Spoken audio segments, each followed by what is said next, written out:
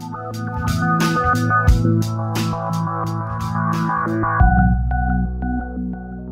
everyone, this is Divya here. Today we're gonna talk on diet tips for weight loss.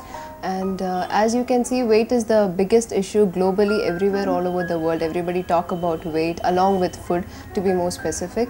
And why does the weight has more issues over today's population? So what we should do and follow and hit this, make our weighing scale to show the desirable weight we want to see. So first we have to improve our basic metabolic rate, which can be done in two ways. That is, one is the physical activity, so definitely you have to hit the gym, and the second thing is through food. So for food, what we have to do is, for example, I have to say a diet which can you go for and improves your metabolic rate as well, is if you wake up in the morning, don't go for tea or coffees immediately, because it will suppress your metabolic rate. It will have a more acidic effect into your body. For that, instead go for something chewable, a fruit or a vegetable or some nuts, which will improve your metabolic rate and it will make you energized throughout your day. Have a very wholesome of breakfast in the morning, like good amount of carbs along with good amount of protein. For example, a biological protein, if I have to say, is a very good example is egg, a scrambled egg or something along with a toast, a wheat toast or a whole grain toast. We have so much products coming up in the market, so more experimentation with foods has to be done.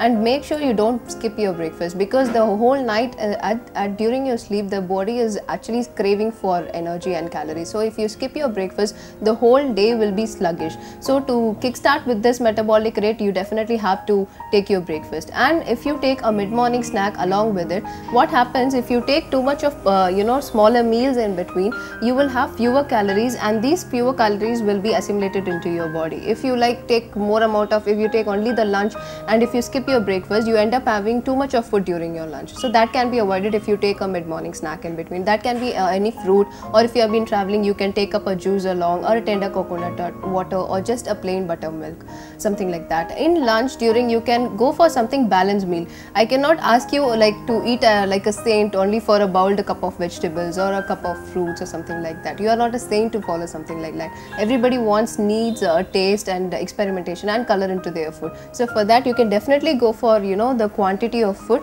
but maybe portion control can be taken care. For example, a roti along with a cup of dal or some vegetables or some a plate of salad, something which will complete the whole meal, and at the same time you feel full and you feel happy about the meal what you have. Something your favorites, if you are a dessert person, or just a bite of chocolate at the end of the lunch, I mean, you will be happy after having your lunch. In the evening, again, if you are a tea coffee person, go for a tea coffee or replace with green tea, if to be very specific with the calories, or something to munch along with, like a boiled peanuts or something like that.